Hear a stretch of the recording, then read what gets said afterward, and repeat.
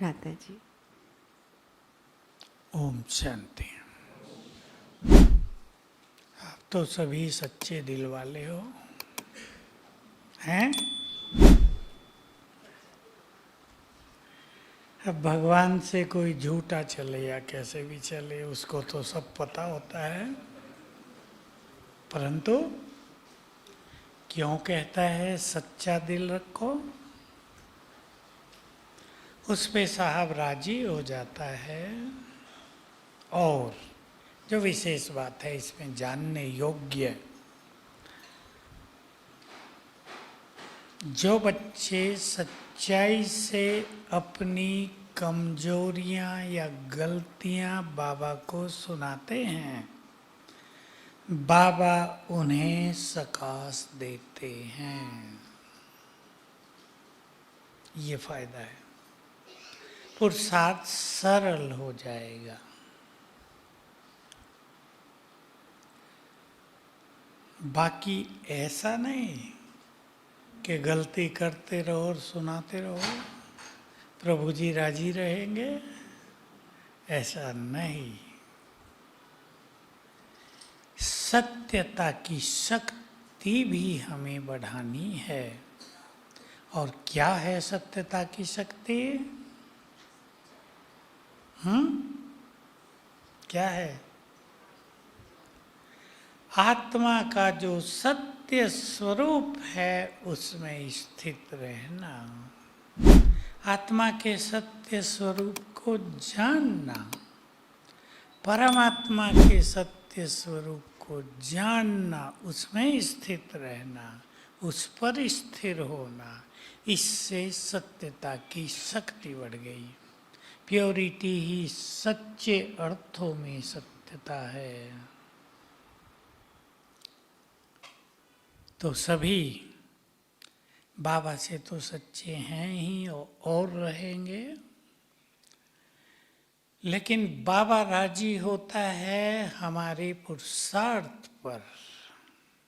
हमने ये तो देखा, कुछ लोग सच सच बोलते हैं, मतलब कॉमन व्यवहार में भी सच बोलते हैं। एक छोटी सी हंसी घटना सुना देता हूँ।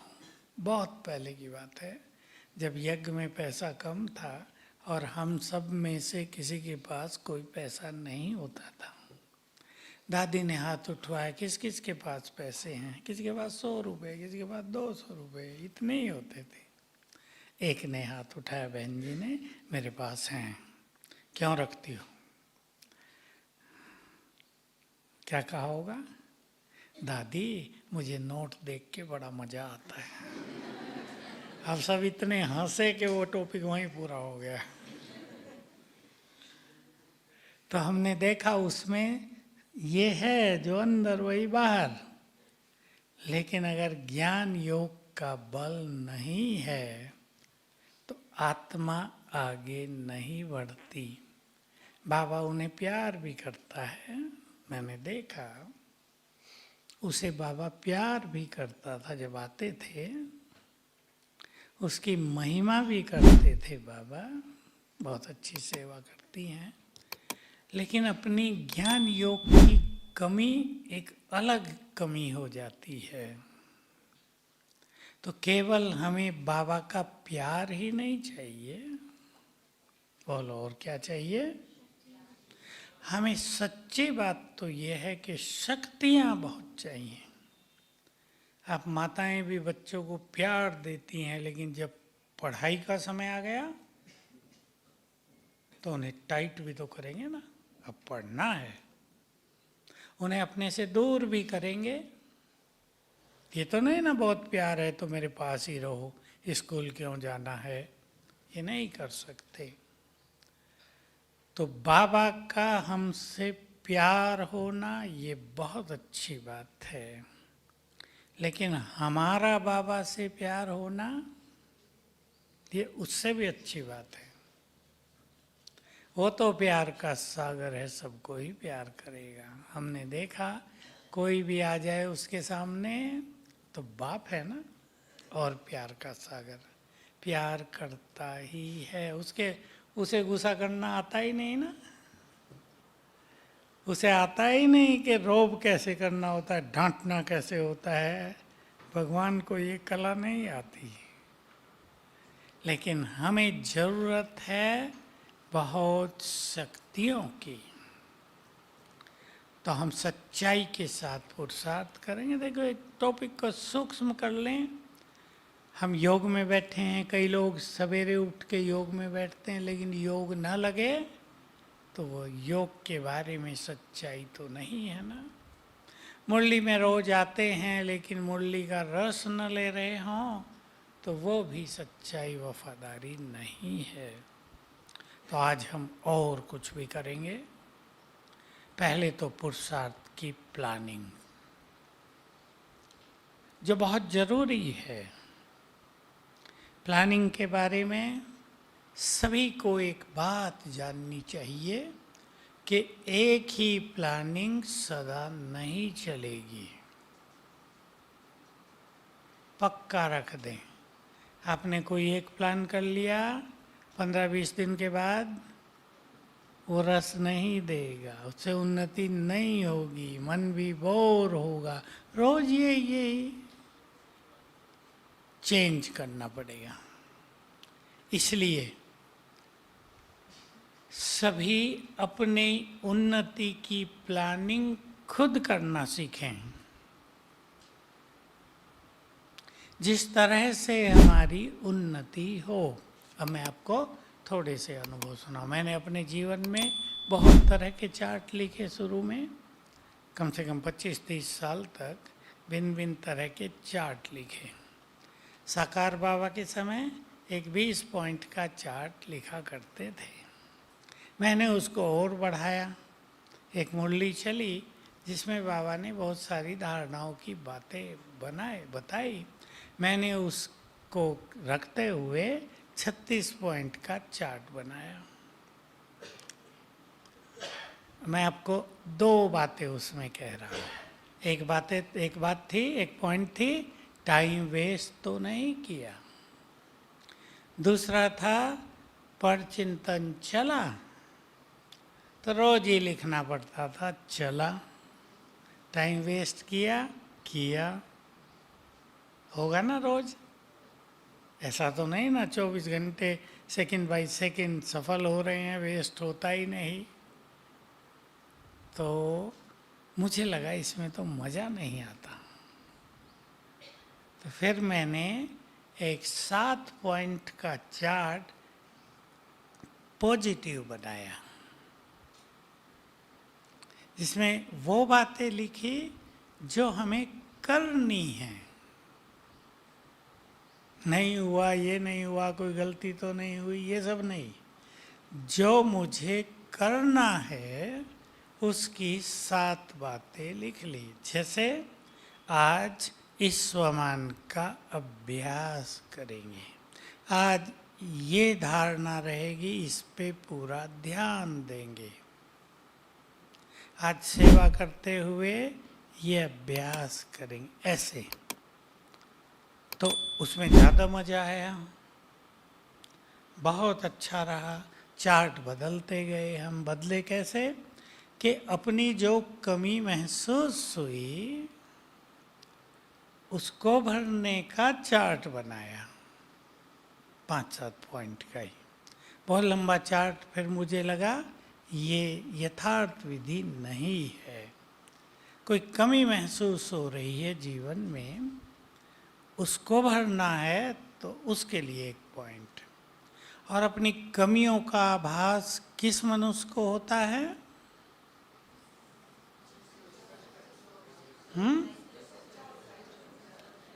जो तेज पुरुषार्थ करते हैं। सच्चाई तो है ही, लेकिन पता भी तो चले। बहुत सूक्ष्म कमजोरियां भी आत्मा में होती हैं जिनका उसे पता नहीं चलता। मैं एक और अनुभव सुनाता हूँ। ये अनुभव सुनाए तो नहीं जाते, पर पुरुषार्थ के लिए सुनाना भी अच्छा होता है। मुझे याद आ गया, मैं छोटा ही था और किचन में गया था, तो बाबा का भोग बन रहा था, हलवा देसी घी में। खुशबू कितनी अच्छी आती है। खुशबू आ रही बहुत सुंदर, आसक्ति हुई, खा तो नहीं सकते, भोग लगेगा। आसक्ति गई और योग टूटा। तो यहाँ मुझे रियलाइज हुआ कि आसक्ति योग को तोड़ती है, आसक्ति को हटाना है। मैं सोचा पीछे मुझे बनाने को मिला, तो मैं सोचा ये हलवा क्या है, आटा, चीनी, पानी और घी। अगर तुम्हें ये चारों चीजें अलग दे दी जाएं खाने को, अलग अलग, मैं जो सोचा उस टाइम वो बता रहा हूँ, तो कैसा रहेगा। मिलजुल गया तो खुशबू आ रही है, खाने की इच्छा। इस एक संकल्प ने आसक्ति को खत्म किया। ये बहुत सुंदर बात थी मेरे लिए कि इस एक चिंतन ने खाने पीने की आसक्ति से बुद्धि हटा दी। वो बाबा का बल रहा उस टाइम। लगा दूसरा दिन एक वो भी घटना थी। एक बुजुर्ग माता रहती थी पुरानी, उसको बुद्धि थोड़ी आधी थी, बोलती ज़्यादा थी, गाली वाली देती रहती थी और बोलती ज़्यादा थी। हम छोटे थे तो उसको छेड़ने में थोड़ा मज़ा आता था। उसको छेड़ाते थे, पीछे रहती थी, वहीं हमारी लकड़ी पड़ी होती थी, लकड़ी उठा के लाते थे तो एक दो उसके दरवाजे पे भी डाल दे जानबूझ के। तो वो गाली देना शुरू करे, चिढ़े, हम लोग खुश हों जो दो तीन होते थे। तो वो आ गई जी किचन में एक दिन। अरे वो तो बातचीत करे, खूब बोलेगी, उसको याद कुछ नहीं रहता था क्या किया, प्यार करती थी। फिर आके तो मुझे लगा ये फिर आ गई, बहुत बोलेगी। ये सोचते ही योग खत्म। तो रियलाइजेशन हुआ कि अवगुण देखते ही योग खत्म हो जाता है। तो अवगुण नहीं देखने हैं। ऐसे मैंने अपनी 16 कमियों को नोट किया जो सूक्ष्म होती हैं, उन पे पुरुषार्थ किया, उनको हटाया। तो पहली चीज होती है आत्मा को रियलाइज हो कि मेरे अंदर ये कमी है। आपको परिवारों में एक समस्या आती होगी कि कोई ना कोई एक दो व्यक्ति ऐसा होगा जो आपकी स्थिति को डगमग करने वाला होगा, कुछ बोलने वाला होगा या गुस्सा करेगा, या आपसे थोड़ी भी गलती हो गई तो कमेंट करेगा चली गई ओम शांति में, और कुछ तो मिलता नहीं, यही कहेंगे। तो क्या करना चाहिए? सुनना तो बहुत पड़ता है ना, और बाबा के बच्चे सुनने को तैयार रहते हैं। लोग बोलते थे जब, अब तो कम बोलने लगे कि ब्रह्मा कुमारियों ने इनको चिकना घड़ा बना दिया, कुछ भी कहते रहो इन पे तो असर ही नहीं पड़ता। ये तो ताकत आ ही जाती है। लेकिन कोई बाहर वाला कह दे, अपना कह दे, और आगे चलो। संगठन जहाँ हमारा होता है वहाँ कोई कुछ कह देता है तो स्थिति डामाडोल होती है। तो हम ऐसे में अपनी स्थिति को मजबूत कैसे रखें? बोलो। हाँ, देख लो कितना सहज होता है ये।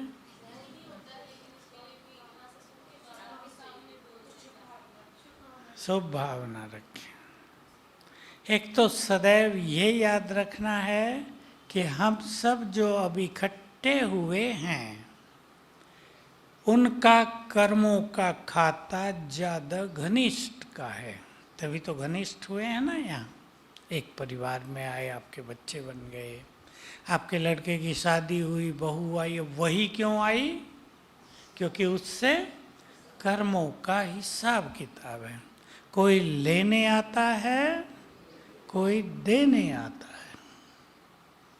मैं तो माताओं की स्थिति पर विचार किया करता हूँ। मेरे पास आती है ना माताएं, बताती हैं लड़के की शादी की थी, बड़े शौक से इतना खर्च किया था, बहू ने आके लड़के को मेरे से अलग कर दिया, बात भी नहीं करने देती, मैं तरस जाती हूँ, लड़के का फोन आ जाए करने ही नहीं देती। तो मैं सोचता हूँ ये माँ, देखो आप सब माँ है ना, बच्चों को पाला पोसा, क्या क्या नहीं किया उनके लिए, प्यार लुटा दिया, जीवन ही बच्चे थे, प्यार से सब कुछ किया, पढ़ाया लिखाया और शादी हुई तो बहू देखने भी नहीं देती, कई तो ऐसी जगह है देखने भी नहीं देती। तो मैं सोचा करता हूँ इनको अपने मन को स्ट्रोंग करना कितना कठिन है, कितने संकल्प चलते हैं, मन टूट जाता है, ये डिप्रेशन की स्थिति आती है, एक आधा डिप्रेशन ये होता है। कैसे इसको स्वीकार करें, क्योंकि ये समस्याएं बढ़ रही हैं आजकल। लड़कियों को ये तो कहीं सिखाया नहीं जाता कि परिवार को जोड़ना, ये कम सिखाया जाता है, तो वो कुछ और ही करने लगती हैं।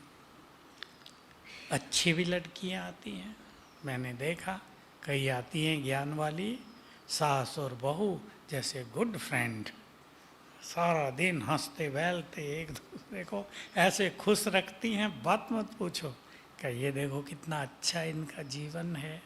तो वो अच्छा कर्मों का नाता है, एक दूसरे के लिए सुखदायी बन गए हैं। दूसरे की कमजोरियों को अपनी शक्ति बनाओ, नोट करो और इस पे काम करना।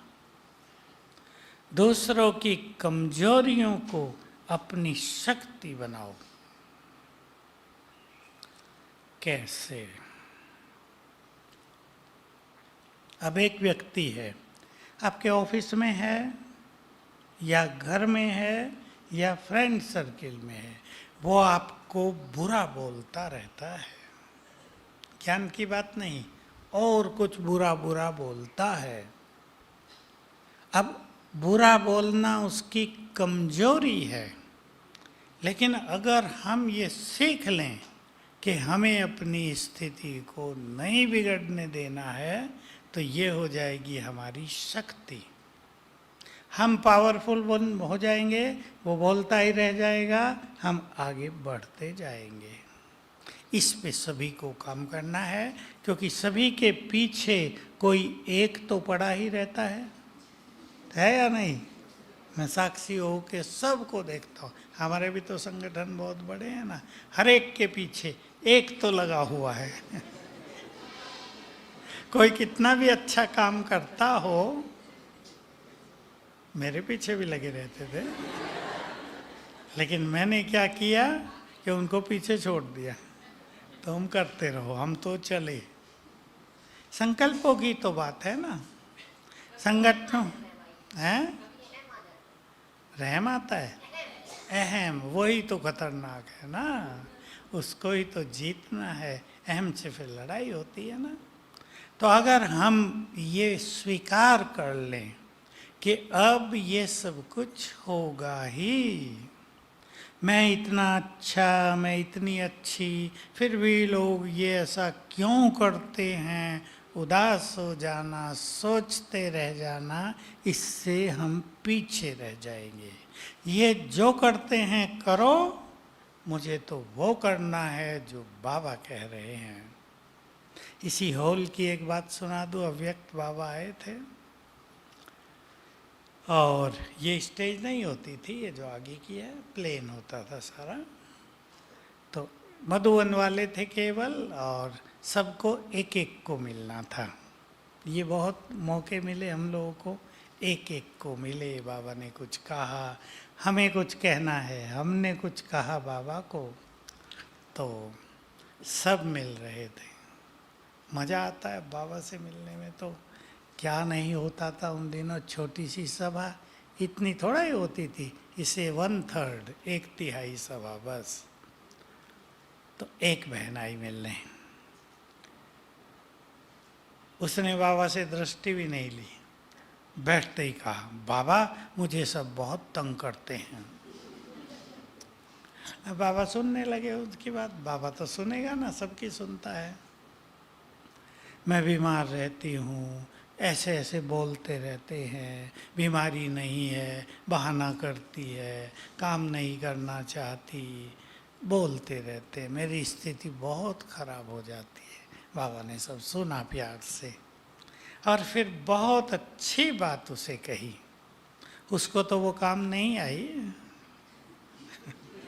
पर मुझे बहुत काम आई। क्योंकि क्या होता है कुछ आत्माओं में, इसमें उनमें जिनके अंदर बहुत भरा होता है ना, वो जब तक पूरा न सुना लें वो सुन नहीं सकते कुछ। मेरे पास भी तो आती है माताएं, सुनाती रहती है, मैं कहता हूँ बस सुन लिया माता जी, समझ लिया, और सुनाई नहीं, अभी सुनो मेरी बात। फिर मैं कुछ सुनाता हूँ और पूछता हूँ क्या सुना, तो सुना ही नहीं। फिर मैं उन्हें शांत करता हूँ, मन को शांत करो। और बहुतों को तो डायरी पेन मंगवाता हूँ, लिखो जो मैं बताता हूँ, नहीं तो सुनते ही नहीं। कुछ बताया तो था, पता नहीं क्या बताया था। तो बाबा ने उसकी सारी सुनी और बाबा ने उसको कहा, जब बोलने वाले बोलना नहीं छोड़ते तो तुम अपनी स्थिति को क्यों छोड़ती हो। ये थी वो सुंदर बात, मेरे को तो तीर की तरह गई अंदर। क्या सुंदर बात कही। तो स्वीकार करेंगे परिवारों में, जहाँ हैं, ऑफिस, दुकान, कहीं भी, और अपनी स्थिति को बिगड़ने नहीं देना है, पावरफुल बनना है। मैंने कल भी आपको कहा, आज और चिंतन कर लो इस पर। जो कुछ इस सृष्टि में हो रहा है और जो होने जा रहा है, उसका हमें थोड़ा थोड़ा ज्ञान अवश्य होना चाहिए, भले ही थोड़ा ही हो। विनाश होगा ये तो हमें पता है ना, ऐसा तो नहीं ना नहीं पता। कई लोग ये बात सुन सुन के बोर हो गए, कितने समय से कह रहे विनाश होगा होगा, होता तो है ही नहीं। कहीं ऐसे ही तो नहीं हो जाएगा, कहीं रह तो नहीं जाएगा। जब सन 2000 आया था ना, चेंज हो रहा था ना, शताब्दी चेंज हो रही, मिलेनियम चेंज, ऐसा बहुत चल रहा था। तो साइंटिस्ट, ज्योतिषी, भविष्यवक्ता सभी बोल रहे थे कि 2000 में महाविनाश होगा। हम लोग कम बोल रहे थे, दुनिया वाले ज़्यादा बोल रहे थे। साइंटिस्ट बोल रहे थे कि 8 ग्रह एक लाइन में आ रहे हैं 2000 में, डेट भी बताई हुई थी, इस दिन भयानक विनाश होगा। फिर बताया कि एक लाइन में आए नहीं, चेंज हो गए थोड़े थोड़े। हम तो समझते हैं क्यों चेंज हो गए, हम तैयार नहीं, हम ही एक लाइन पे नहीं चल रहे। तो ग्रहों ने भी सोचा ये नीचे वाले ही नहीं चल रहे, तो गड़बड़ कर दी। तो तब से जो ज्ञान में, उससे पहले से 85 से 90 से सबको था, बहुत तेज पुरुषार्थ कराया था बाबा ने। बाबा भी उसका फायदा उठाता है, पूरा तेज पुरुषार्थ कराया और किया करने वालों ने। नहीं हुआ, फिर नहीं हुआ, फिर नहीं हुआ, तो कईयों को संशय नहीं आता पर संकल्प रहता है, कहते तो आते हैं, हो तो नहीं रहा। पर अब सीरियस स्थिति संसार में भी दिखाई दे रही है ना। संसार 2 भागों में बंट चुका है, वर्ल्ड वॉर के लिए 2 भागों में ही बंटना होता है दुनिया को। तो तैयारी हो रही है बहुत अच्छी तरह। हमें अपनी स्थिति को बहुत स्ट्रोंग बनाना है। अब विचार इस पे करेंगे तो क्या क्या करें। प्लानिंग में एक चीज़ और आपको कहूँगा, हमने फिर एक और बहुत अच्छी प्लानिंग की बाबा की आज्ञा अनुसार, और वो थी बाबा की मुरलियों में आता है, जो भी आप में से बहुत तेज पुरुषार्थ करना चाहें, वो 2 प्लानिंग मैं आपके सामने रख रहा हूँ। बाबा की मुरलियों में आता है कि मन बुद्धि का टाइम टेबल बनाओ। जो बड़े आदमी होते हैं उनका टाइम टेबल फिक्स रहता है, तुम भी बड़े आदमी हो, टाइम टेबल बनाओ।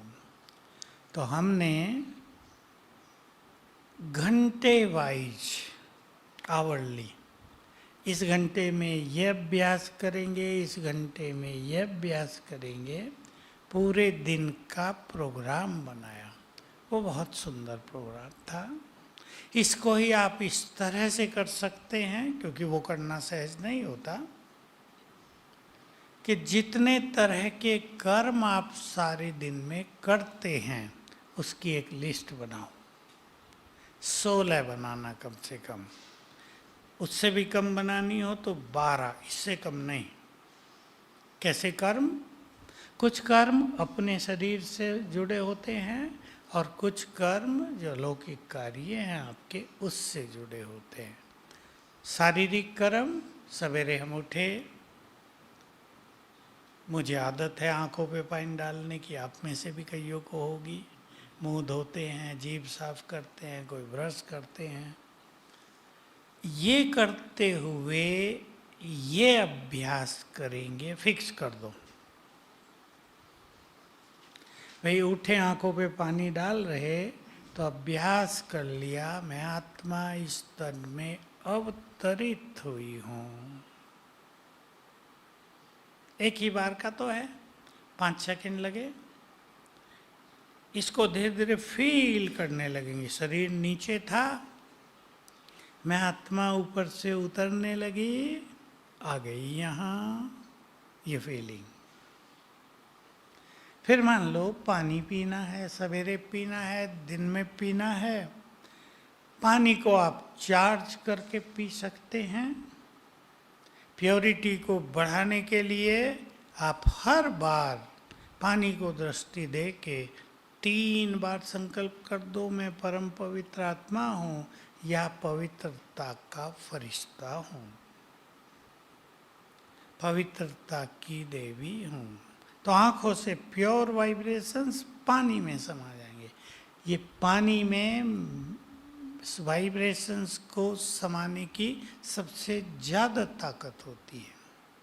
हमारे शरीर में पानी है ना 70%। ये संसार की रचना बहुत वंडरफुल है। 70% ही सागर है धरती पर, 70% ही पानी है शरीर में। हमें भी इसलिए पानी पीना ही चाहिए। अच्छा, मैं इस सृष्टि, ये जो संसार का खेल चल रहा है ना, जब हम पढ़ते थे, केमिस्ट्री थी, तो तब तो सारा पता होता था, अब तो भूल गए, बहुत साल हो गए। तो 8 का खेल कितना ज़बरदस्त चलता है। एटॉमिक थ्योरी में 8 पर बहुत कुछ डिपेंड करता है। 8 संख्या 8 ही होती है वहाँ भी। 8 ग्रह, 9वां तो सूरज होता है जो घूम नहीं रहा है ऐसा मानते हैं। 8 के 8 ग्रह एक साइक्लिक ऑर्डर में घूम रहे हैं। 8 ही रतन बाबा के, 8 ही गद्दियाँ।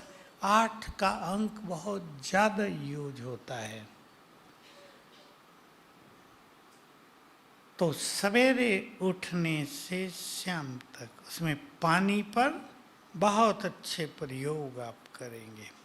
बीमारियों में देखो, एक बहन का कल फ़ोन आया, उसके लड़के का आया, उसको 2 साल पहले कैंसर था, डॉक्टरों ने कहा था 3 मास से ज़्यादा नहीं जिएगी। तो कुछ अभ्यास बताए थे उसको, उसने किए, 2 साल जी, वो अभी भी जी रही है, पर कहा कैंसर बहुत बढ़ गया फिर से। मैंने कहा तुमने एक गलती ज़रूर की होगी, पानी चार्ज करके नहीं पिया। कहा कभी कभी पीती थी। पानी चार्ज करके पीना अनेक बीमारियों की दवाई है। 2-3 बार तो रोज चार्ज करके पी ही लो। पानी को दृष्टि देके 7 बार संकल्प कर दो, मैं मास्टर सर्वशक्तिवान हूँ। पानी में सारी शक्तियाँ समा जाएंगी, पीते ही शरीर में जाएंगी, शरीर में जो पानी है उसको ठीक करेंगी, बहुत बीमारियां ठीक होंगी। अब स्लिम का तो मैंने किसी पे प्रयोग कराया नहीं है भाई अब तक।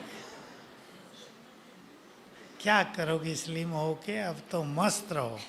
और मोटी हो जाएंगी लेकिन मस्त रहने से ये समस्या हो सकती है। अरे जो है जैसे है मस्त रहना चाहिए। मैंने देखा कई बहनें ज़्यादा मोटी हो जाती हैं। बहुत मोटा होना तो अच्छा नहीं, पर आप तो कोई बहुत मोटी नहीं हो, तो सीढ़ियाँ फटाफट चढ़ जाती हैं। मन को चुस्त रखना, बाकी खान पान पे ध्यान देना, थोड़ा सा गर्म पानी पीना शुरू कर दो, हमेशा ही गर्म पानी। सर्दी या गर्मी में भी 2-3 बार उठते ही या खाने से पहले थोड़ा आधा गिलास भी अच्छा गर्म पानी, खाने के बाद आधा गिलास गर्म पानी, इससे बहुत मदद मिलती है। तो कर्मों की लिस्ट बनाएंगे। अब भाइयों को सेविंग करनी है, 5 मिनट तो लगेगा। एक अभ्यास ले लो कोई भी, ये अभ्यास करेंगे। स्नान सबको करना है। बाबा ने उन दिनों एक मुरली भी चलाई थी, 79 की है वो, कि ऐसा अभ्यास करो, मैं आत्मा देवी हूँ, ये देह मेरा मंदिर है, इसकी धुलाई सफाई कर रहे हैं। बहुत अच्छी न्यारेपन की अनुभूति होगी। आज भी थी ना न्यारेपन पे, दही अभिमानी पे भी थी। सारे संसार से बुद्धि हटाकर था ना आज मुरली में, जीते जी मर जाओ, यह है देही अभिमानी। अब बड़ी स्थिति ना आखिरी, देह संसार के आकर्षण समाप्त हो जाए, समय लेता है ये अभ्यास। तो कर्मों की लिस्ट बनाना, कपड़े बदलना, देर तो लगती है ना। हम तब किचन में थे तो कई बार कपड़े बदलते थे, किचन में आए अलग रखते थे, बाबा के रूम में जाना, क्लास में जाना, उसके अलग 4-5 बार बदलना ही पड़ता था। तो मैंने सोचा इसमें भी तो टाइम लगता है, तो जब कपड़े बदलेंगे ये अभ्यास करेंगे, खाना बनाते ये अभ्यास करेंगे, घर से बाहर जाना ये अभ्यास करेंगे, बाइक चलाते हैं बैठते ही ये अभ्यास करेंगे, दुकान है दुकान खोलते ही पहले ये अभ्यास करेंगे। एक प्रोग्राम बनाओ अपना, कर्म योग हो जाए। इस कर्म में ये अभ्यास, इस कर्म में ये अभ्यास। मैं कुछ अभ्यास लिखा देता हूँ आपको, वो आप खुद सेट कर लेना कर्मों में, ठीक है ना? क्लियर है ना बात? एक मैंने बताया जो उन दिनों बाबा बहुत सिखाते थे, मैं आत्मा इस देह में अवतरित हूँ, बहुत सिखाते थे बाबा की मुरलियों में, आता ही रहता, ताकि न्यारापन फील हो। देह अलग, मैं ऊपर से आत्मा आ गई। कभी मैं आत्मा, मैं एक महान आत्मा हूँ। मैं 4-5 स्वमान लिखा देता हूँ जो कर्मों में अभ्यास करेंगे, और कुछ योग के अभ्यास। मैं एक महान आत्मा हूँ, मैं मास्टर ज्ञान सूर्य हूँ, मैं मास्टर सर्वशक्तिवान हूँ। स्वमान बहुत बड़ी चीज होता है, उस पे ध्यान देंगे सभी।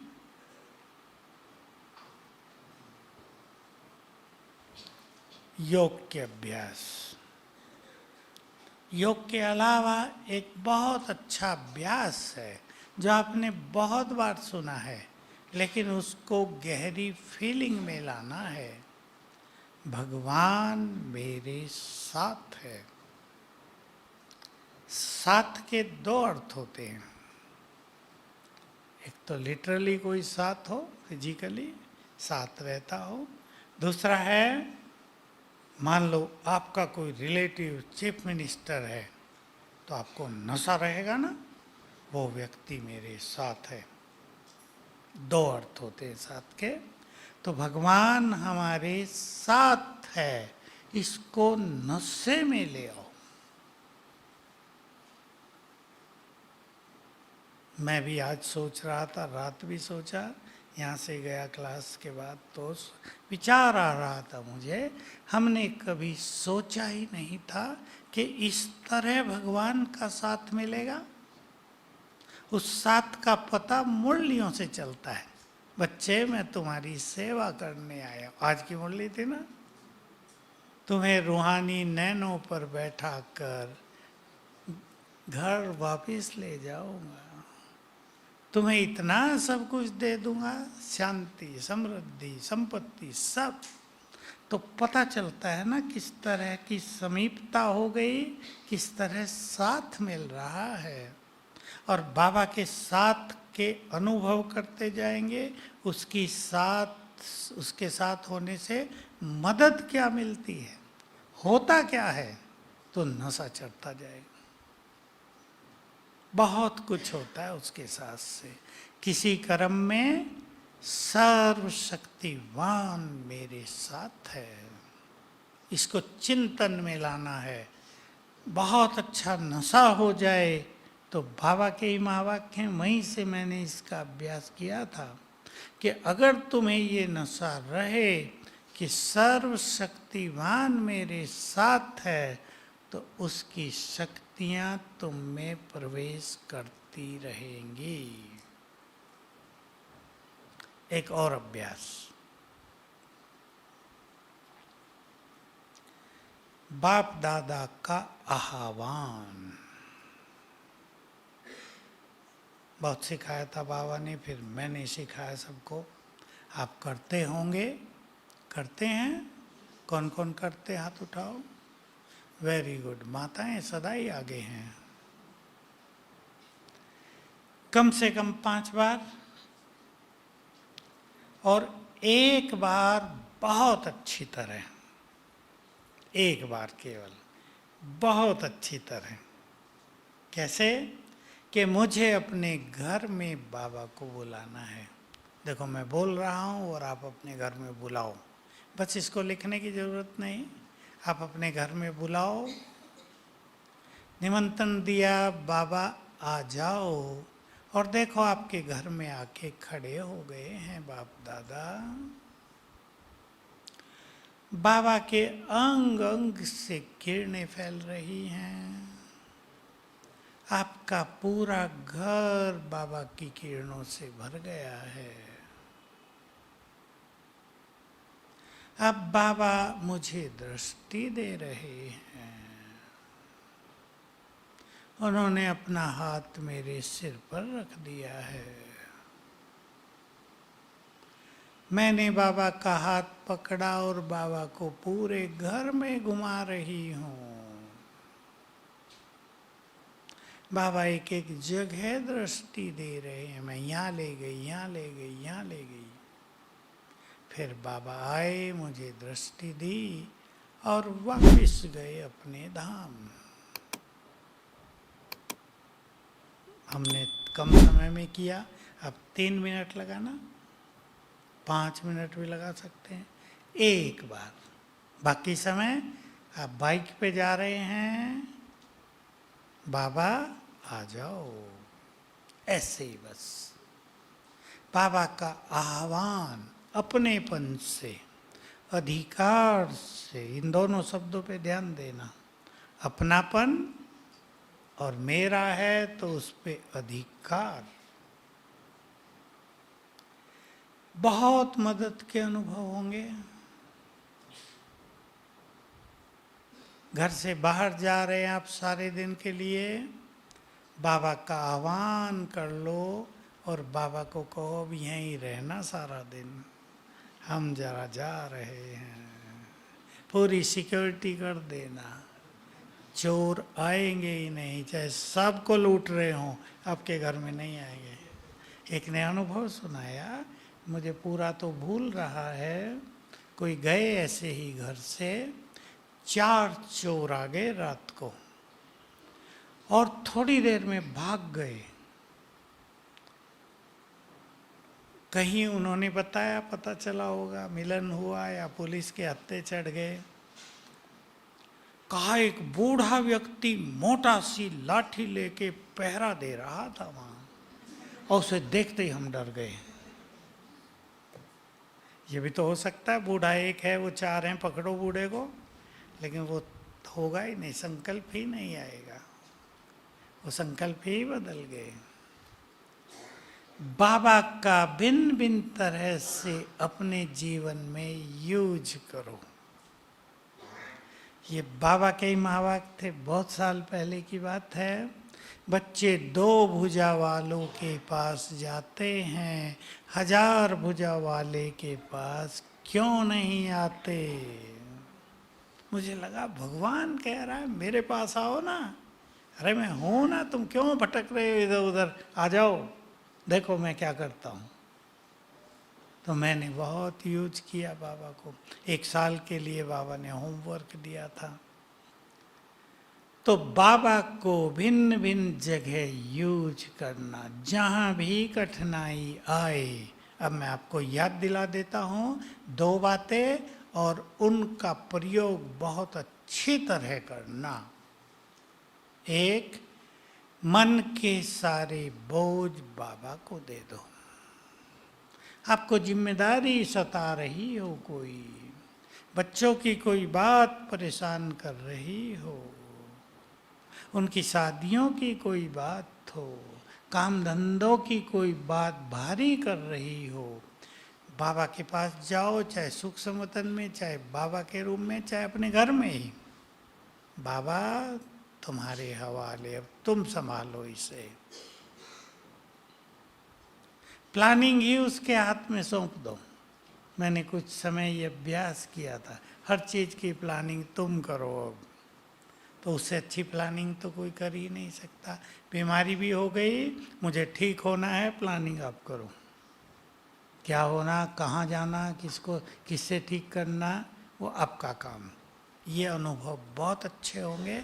और बाबा का महावाक्य लिख लो, जो मैं तो बहुत सुनाया है क्लासेज में, जो बाप सारे संसार का बोझ उठाने वाला है, क्या वो अपने बच्चों का बोझ नहीं उठाएगा। बहुत सुंदर बात है ये। उठाएगा या नहीं?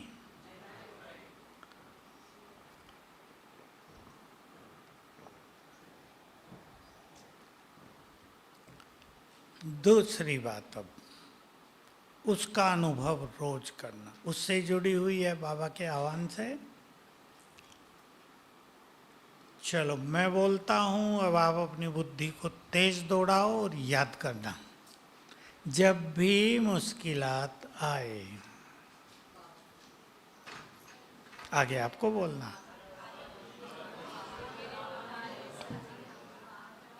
भाई लोग नहीं बोल रहे। जब भी मुश्किलात आए, दिल से कहना, मेरे बाबा मेरे साथी, आ जाओ मदद करो। तो बाबा भी बंधा हुआ है मदद करने के लिए। अति सुंदर बात है। ऐसा मौका कभी नहीं मिलेगा जब भगवान इस तरह मदद करने को तैयार रहता हो। बस बुलाया करें अधिकार से। और बातें लिख लो। बाबा सिर के ऊपर छत्र छाया है, शिव बाबा। ज्ञान सूर्य सिर के ऊपर छत्र छाया है। कभी यह अभ्यास करना,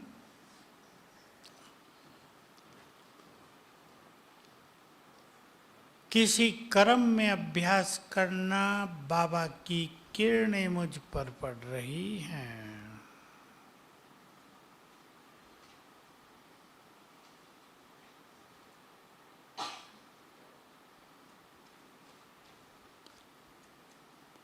मैं आपको योग का एक बहुत मनोरंजक अभ्यास बता रहा हूं, बैठ के करना हो। मेरे ऊपर लेफ्ट में ब्रह्मा माँ, राइट में ज्ञान सूर्य शिव बाबा। बहुत ऊपर नहीं, इधर ही ऊपर, समझ गए ना? इधर ही माना 5-7 फुट पर दोनों आ गए। ब्रह्मा माँ के मस्तक से शीतल किरणें आ रही हैं।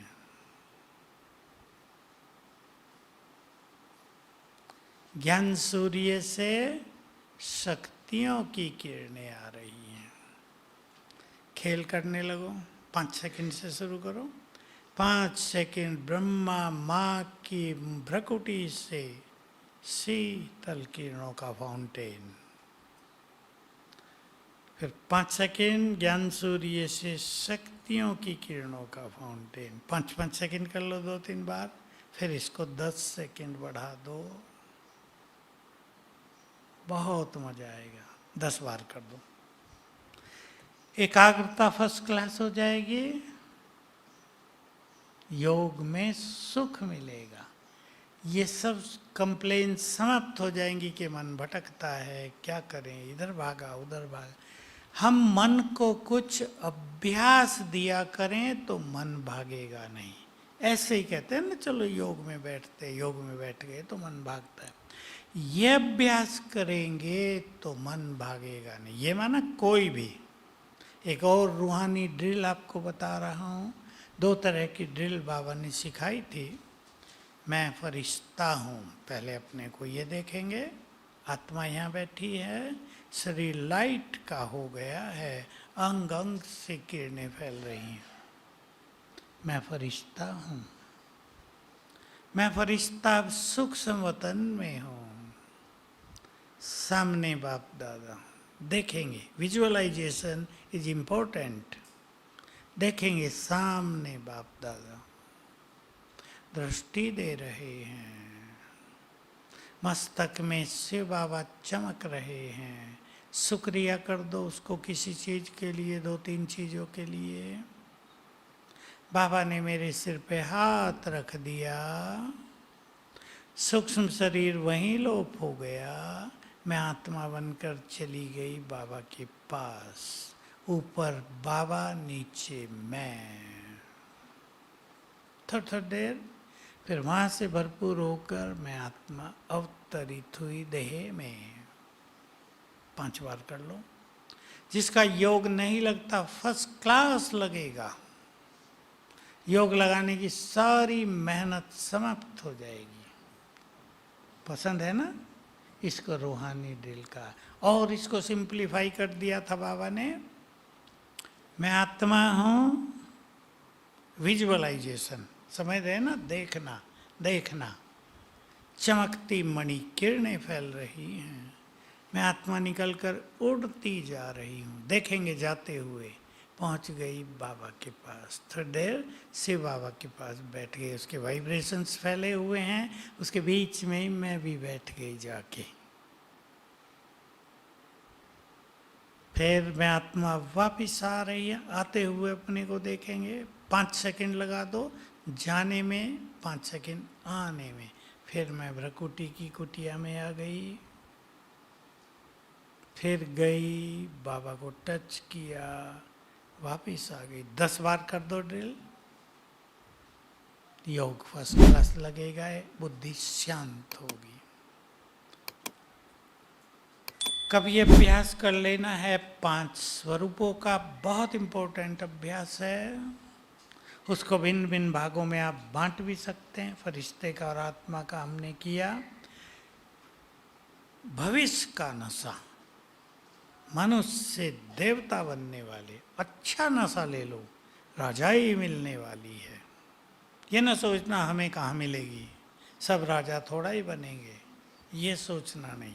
राजाई मिलने वाली है स्वर्ग की। कभी मैं इष्ट देव इष्ट देवी हूँ।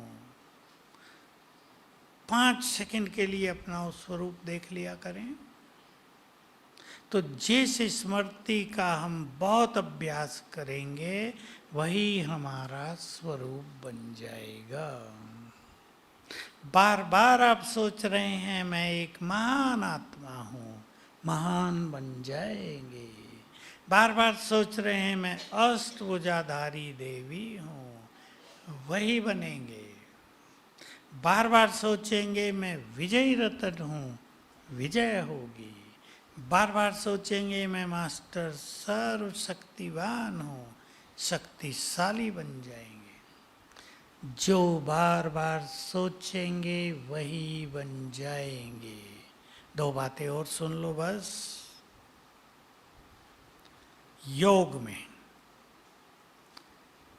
मन की एक गति पे ध्यान दें। मन का काम है सोचना। या तो हम उसे सोच दें, नहीं तो वो खुद सोचेगा। तो ये जो हमारे अभ्यास हैं, जो हम चर्चा कर रहे हैं, ये है अपने मन को सोचने का काम देना। भाई हमने काम दे दिया, मैं अपने घर की इष्ट देवी हूँ, तो मन यही सोचेगा और कुछ नहीं सोचेगा। ये बहुत बड़ा सीक्रेट है मन को व्यर्थ से मुक्त करने का। या तो हम उसे संकल्प दें, नहीं तो वो खुद संकल्प करेगा। अब ये हमारे ऊपर है, ये हमारी साधना है कि हम अपने मन को काम देते रहें। ये वही काम बताया मैंने कर्म योग का। दूसरी चीज सदा ध्यान देंगे, हमारे हर संकल्पों से एनर्जी पैदा होती है। एनर्जी जनरेट हो रही है हर संकल्प से। कमजोर संकल्प करेंगे, कमजोर एनर्जी फैलेगी पूरे शरीर में। पावरफुल संकल्प करेंगे, पावरफुल वाइब्रेशंस पूरे शरीर में फैलेंगे। प्योर संकल्प करेंगे, प्योर एनर्जी बॉडी में फैलेगी। कमजोर संकल्पों से बचना है। मैं सावधान कर रहा हूं ना रोज सबको। मनुष्य का ब्रेन बहुत कमजोर हो चुका है कलयुग के अंत में। ब्रेन पूरा कमजोर, क्योंकि आत्मा ही शरीर का निर्माण करती है गर्भ में। केवल माँ बाप से नहीं होता, आत्मा से मुख्य रूप से होता है। आत्मा की डिग्री ही नीचे थी, 10 से लो हो गई थी ना। तो ब्रेन की डिग्री भी बहुत कम है, इसलिए कोई संकल्प जल्दी इफेक्ट कर देता है। ये समस्या बढ़ रही है। इसलिए मैं मास्टर सर्वशक्तिवान हूँ, बहुत पावरफुल हूँ, इससे हमारे ब्रेन की शक्तियाँ बढ़ती जाएंगी। तो ध्यान देंगे, किसी भी बुरी बात का इफेक्ट दिमाग पे लेना नहीं है। आ गया तो जल्दी से जल्दी हटा दो। आ गया ना, मुरली पढ़ लो थोड़ी सी, कोई क्लास सुन लो, उस स्थान को बदल दो, कुछ अच्छी चीज देखने लगो, वहाँ से अपने को चेंज करें फटाफट। तो किसी भी चीज का इफेक्ट लंबा समय चलेगा नहीं और हम तन से मन से स्वस्थ रहेंगे। और अब आपके ऊपर है, आप अपने परिवार में खुशियां भरें, शांति, सुख, प्रेम, और ये होगा आपकी स्थिति से। एक इस देवी, पूरे एरिया की देवी होती है ना। नॉर्थ की तो एक ही है, उधर सहारनपुर के आगे है शाकुंभरी। आपकी दिल्ली की भी कोई होगी एक, वहीं बड़ी बड़ी हैं, कालका देवी। एक बीच में ही बनी हुई करोल बाग के आसपास कालका जी है, हाँ झंडे वाली। तो देवियाँ हैं ना। गुड़गांव में तो गुड़गांव वाले तो सब शीतला। तो अपने को देवी बना दो, आपका घर मंदिर बन जाएगा। ओम शांति।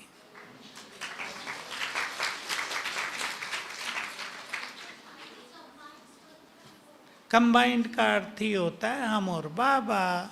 चाहे याद रखो बाबा मेरे साथ है, चाहे अभ्यास करो बाबा सिर के ऊपर छत्र छाया है। ये हो गया कंबाइंड, दोनों मिले हुए। जैसे आत्मा और शरीर कंबाइंड, ऐसे ही बाबा की याद है तो कंबाइंड है, छत्र है तो कंबाइंड है।